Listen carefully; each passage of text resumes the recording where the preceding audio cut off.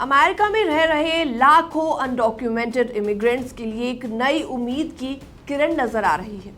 जहां एक तरफ डोनाल्ड ट्रंप एडमिनिस्ट्रेशन ने इमिग्रेंट्स पर सख्ती और डिपोटेशन का डर और भी ज्यादा तेज कर दिया है, तो वहीं दूसरी तरफ अब कुछ सांसदों ने एक नया बिल पेश किया है जिसका नाम है डिग्निटी एक्ट 2025। तो क्या है ये बिल और इससे इमिग्रेंट्स को क्या फायदा मिलने वाला है, सब कुछ आपको डिटेल में बताने वाले हैं। नमस्कार, मैं हूं आपके साथ प्रेरणा कौशिक और आप देख रहे हैं एनपीटी इंटरनेशनल।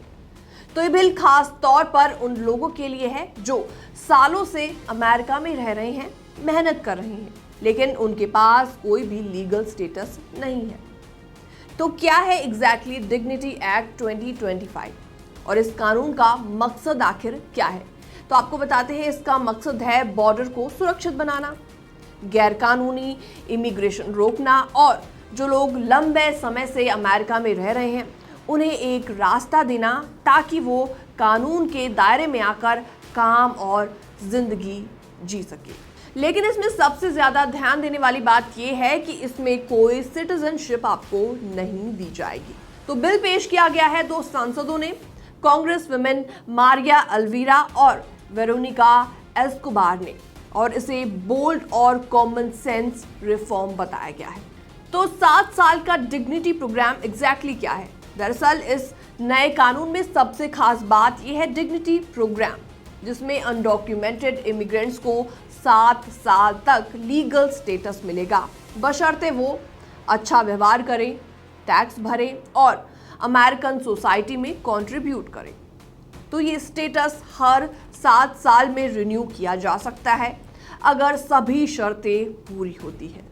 तो ऐसे में ड्रीमर्स को भी इसके चलते सुरक्षा मिलेगी। जी हाँ, जो बच्चे, जो ड्रीमर्स बचपन में अमेरिका लाए गए थे, उन्हें भी इस एक्ट में लीगल प्रोटेक्शन और परमानेंट रेजिडेंसी का रास्ता देने की बात कही गई है। तो ऐसे में ई वेरिफिकेशन इसमें काफ़ी ज़्यादा इम्पॉर्टेंट है।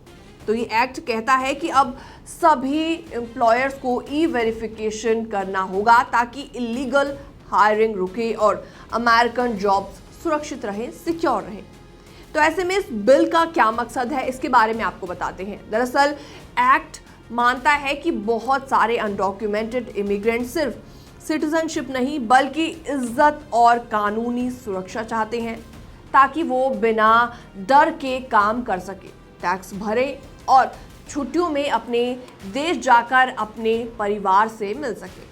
तो ऐसे में कांग्रेस वुमेन एस्कोबार ने कहा कि ये लोग दशकों से अमेरिका का हिस्सा हैं और उनकी मेहनत से ही देश की इकॉनमी चल रही है।